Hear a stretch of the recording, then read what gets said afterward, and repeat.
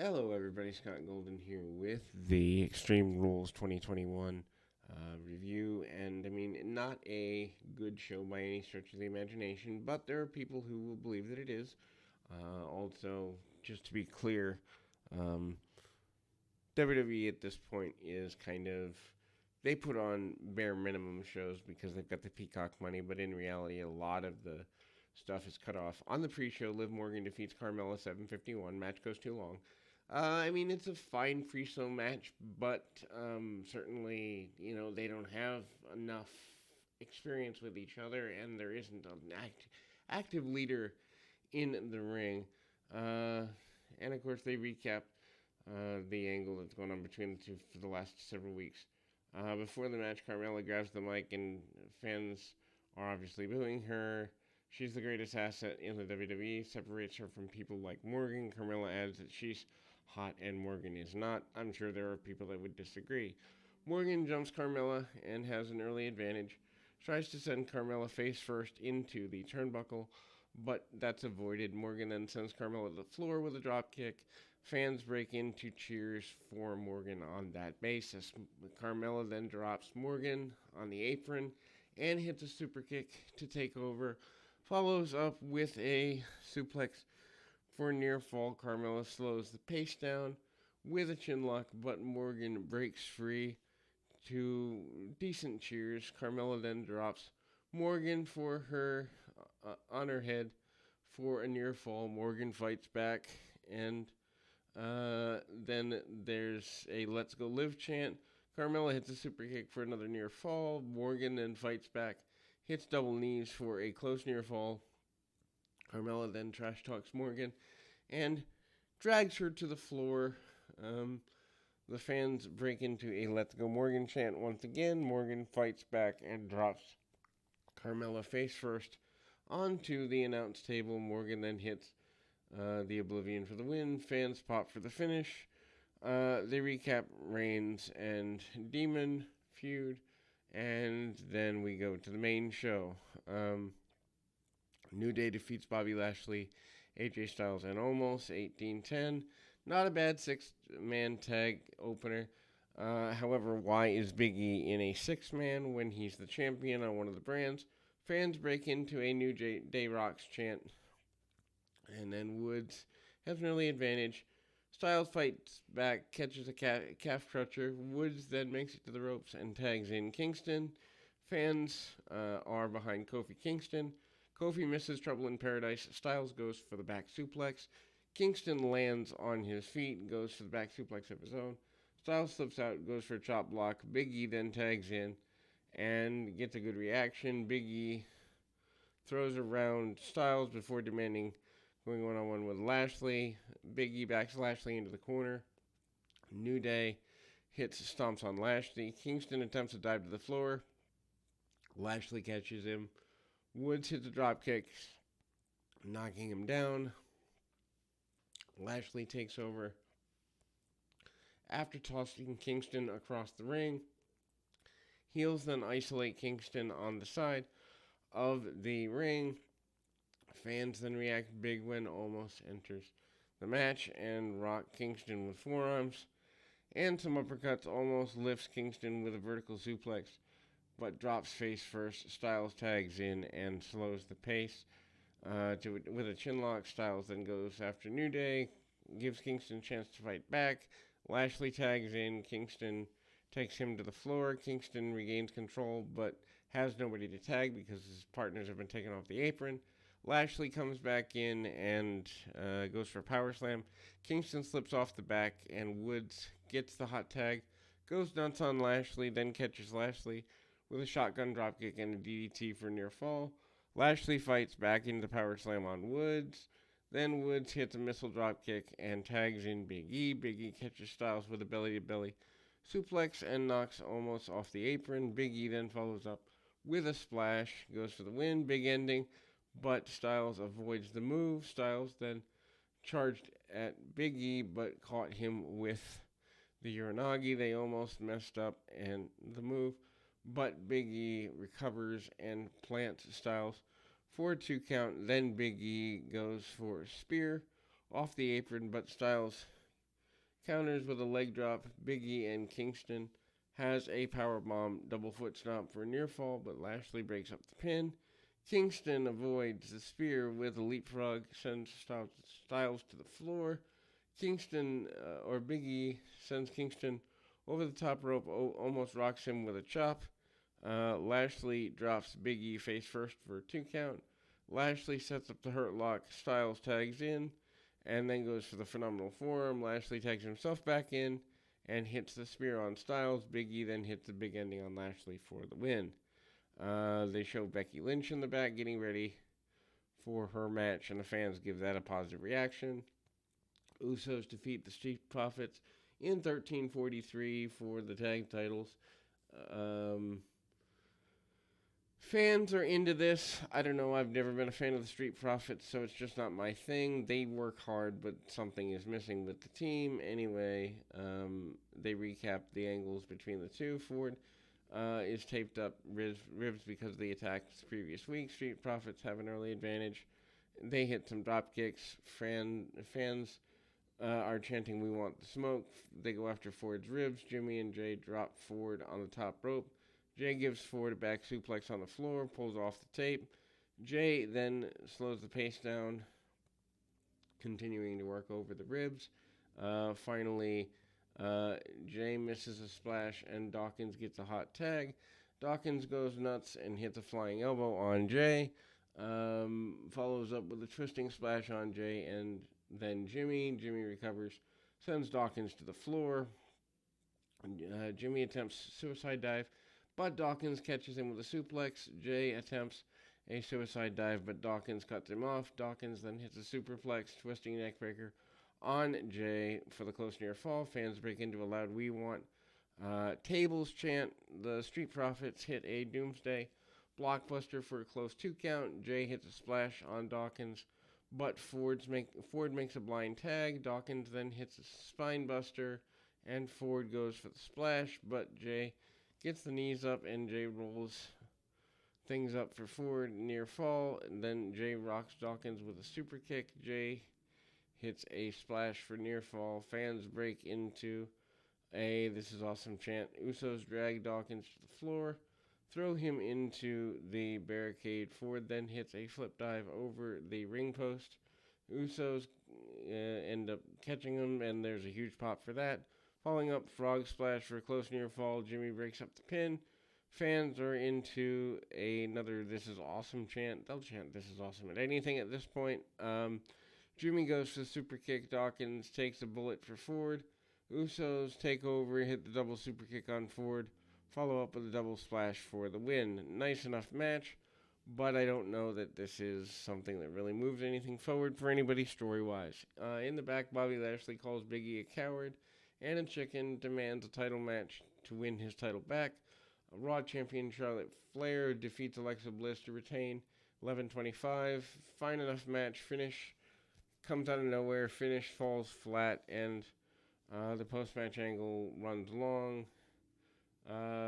Bliss gets a good reaction from her hometown crowd. Fans immediately break into a "Let's Go Bliss" chant. Bliss catches Flair with a drop kick, gets an early advantage. Flair catches Bliss and slams her down. Bliss then tries to fight back, but Flair hits a tilt-a-whirl backbreaker for near fall. Slows the pace down with submission holds, but then there's a Rana into the bottom turnbuckle by Bliss. Flair quickly regains control after dropping Bliss on the middle turnbuckle. They seem to like using the buckles tonight everywhere.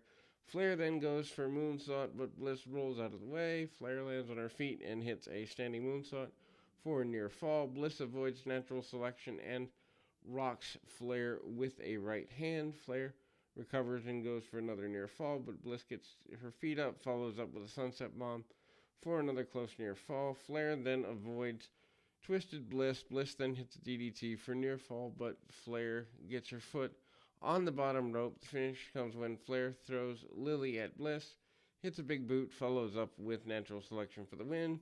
Post-match, Flair throws Bliss out of the ring and destroys the doll. Bliss jumps back in the ring, beats up Flair. They fight around ringside, and there's a tables chant. Fans applaud Bliss as she gets back to her feet. And then there's a chant of "Thank you, Lily." Bliss screams some more that as she holds on to the remnants of Lily. Kayla Braxton sneaks up on Paul Heyman on the phone. He's talking about the draft. Braxton approaches Heyman, mocks her, and wonders if she's jealous that he's on the phone with another journalist. He said it didn't matter who he's on the phone with, Brock Lesnar. And then he walks up as the Usos come by. Triple threat match, United Champion Damian Priest defeats Jeff Hardy and Sheamus to retain the title. I love Priest, but Hardy and Sheamus are just bit players at this point.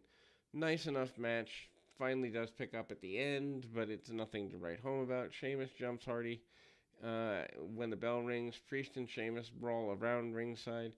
Priest then gains control. Hardy hits a dive off the steps. Hardy takes over, hits a dive off the apron onto Sheamus. Priest then regains control and hits a series of splashes on Hardy and Sheamus.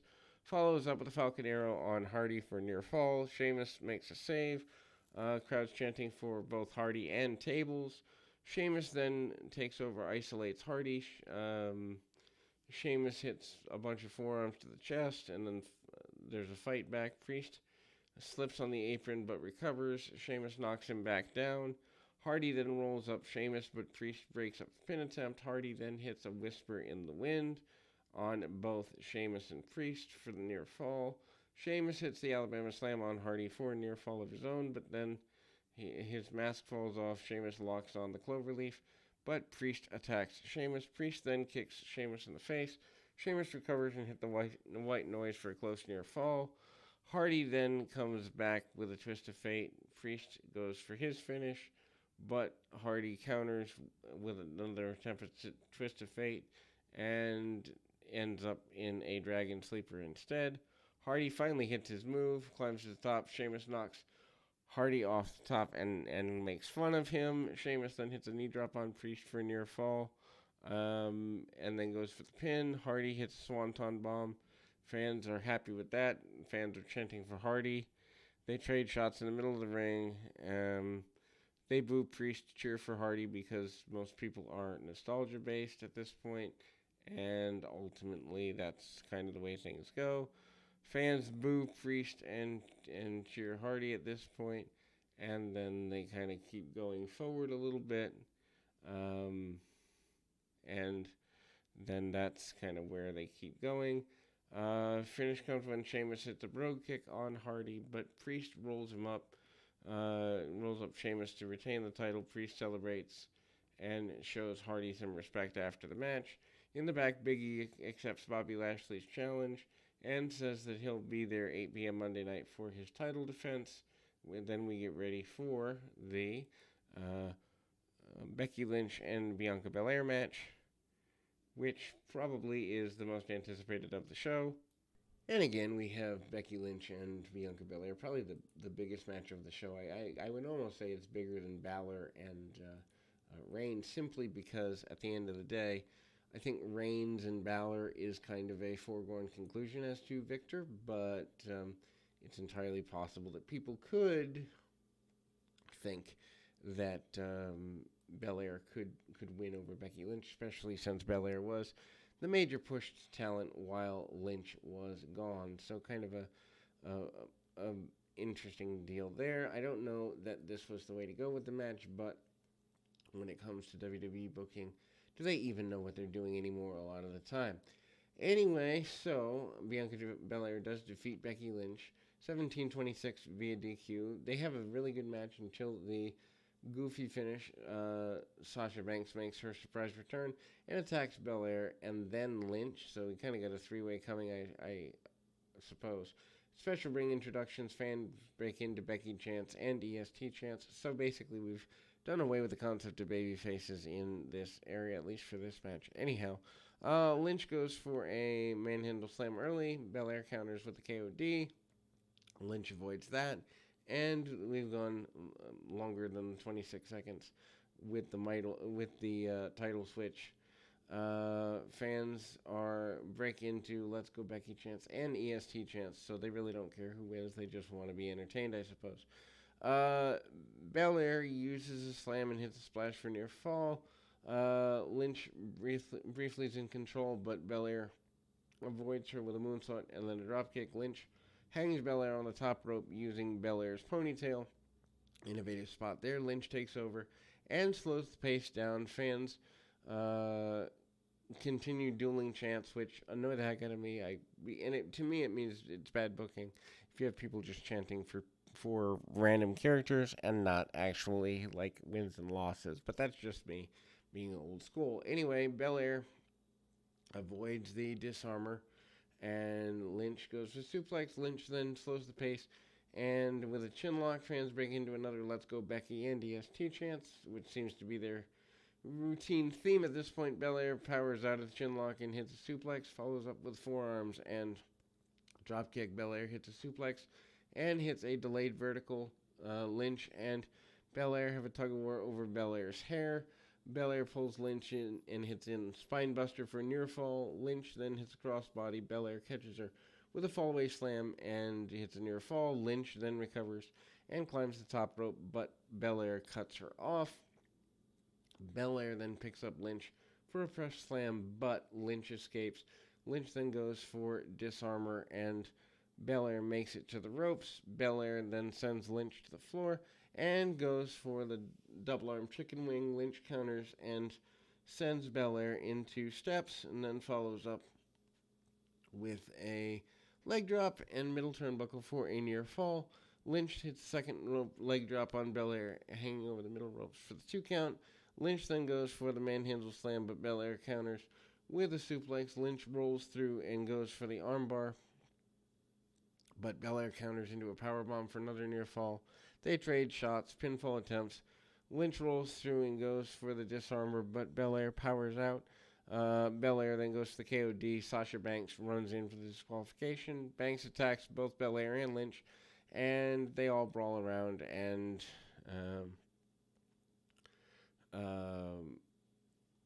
Becky Lynch, there is a promise of her going into the run after the draft. We'll go to the main event. Extreme Rules, Roman Reigns and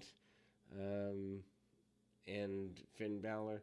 I guess this is the only match that has any real stipulations for it, which, why call it Extreme Rules if you're not going to do extreme matches? But anyway, who cares? I mean, at the end of the day, if the promotion doesn't care, why should the fans? But then if the promotion doesn't care, then why should anyone? At any point, and from that perspective, obviously both guys are talented. Roman Reigns probably the best heel in wrestling right now, and Finn Balor always puts forth a good match. But remember, 2016, he was, in fact, a guy who they cared enough about to put the main belt on until he got injured. That seems like forever ago now, and it might as well be, because his career has never really been the same since in a lot of ways. Anyhow, so kind of going forward there into the main event, they recap the Brock Lesnar return at SummerSlam, kind of teasing Lesnar and getting ready for the crown jewel thing, the Saudi Arabia show that people are going to be obviously very different about for a number of reasons. And of course, your main event is Reigns and Balor. It's technically a good match. They do 1938 as expected. Roman Reigns with Paul Heyman wins. The finish has a bunch of smoke and mirrors to it. Fans are crazy for it. To me, I hate these off-brand pay-per-views where nothing really happens. They recap Brock Lesnar returning at SummerSlam. Balor and Reigns trade shots early to start the match. Reigns then goes for a slam. Balor attacks, goes for the eyes. Also, Michael Cole does mention in the early parts of the match that as the Demon, the Demon's never lost in big match areas.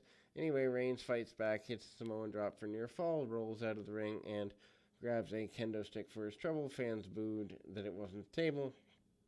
That's what happens when you condition them to nearly 25 years, if we count the ECW time. For the only times that things matter is big spots. But anyway, Reigns looks around. Balor appears on the other side of the ring with a bundle of kendo sticks. Balor uses them to beat up Reigns. Reigns fights back. Fans break into a "We Want Tables" chant, and Balor traps Reigns in the ring skirt and keeps him down. Starts to pull out a table from the ring. That gets a pop, and Reigns cuts Balor off and puts the table back to a bunch of boos. Reigns then grabs a chair, beats down Balor with it. Balor fights back, hits a double foot stomp with the chair. Fans break into a loud table chant. So tables are more over than either of your talents. Balor then grabs the table for a huge pop. Reigns then hits the drive-by and then throws Balor over the barricade into the crowd. Reigns puts on a mask and brawled with Balor through the crowd. They then fight near the kickoff panel table. Balor then hits crossbody off the panels table into putting Reigns through a second table. In ring, Balor shuts up first table, but Reigns recovers, slams Balor through the table, and then gets a close near fall. Fans break into it. "This is awesome" chant. That's like the fifth one of the night. Standards are so low these days. Anyway, Reigns misses the Superman punch. Balor hits Pele kick. Reigns recovers and hits the Superman punch for a near fall. Reigns then goes for a spear, but Balor continues to kick to the face, follows up with the sling blade. Balor then goes for a shotgun dropkick, but Reigns then hits a spear for near fall. Balor kicks out, gives Reigns a low blow, which Reigns does a few weeks ago to Balor. Balor then takes over and hits a dive to the floor, follows up with a coup de grace, and then the Usos run out and break it up. Usos beat him down, hit the double super kick, and set up a table at ringside. Balor then fights back, takes out Jimmy. Balor gives Jay a powerbomb through the announce table, so that's like, 4 broken tables now? To a huge pop. Fans are going nuts. Reigns spears Balor through the barricade. Fans are crazy. They break into a chant for, excrement. Anyway, and not the AEW announcer either. Suddenly, lights turn red and a heartbeat plays in the arena. Balor jumps to his feet, and then music starts playing. Runs wild, beats down Reigns with a chair. Around ringside, Balor puts Reigns to a table. Balor sets Reigns on the ring, gets on the top rope. Top rope breaks, and Balor falls into the ring. Lights turn back on, and Reigns hits a spear for the win. There's no explanation for why the top rope breaks, so who knows where that was supposed to go. Reigns and Usos celebrate the win, and Bobby Lashley and Big E is official for tomorrow night on Raw as we close the show.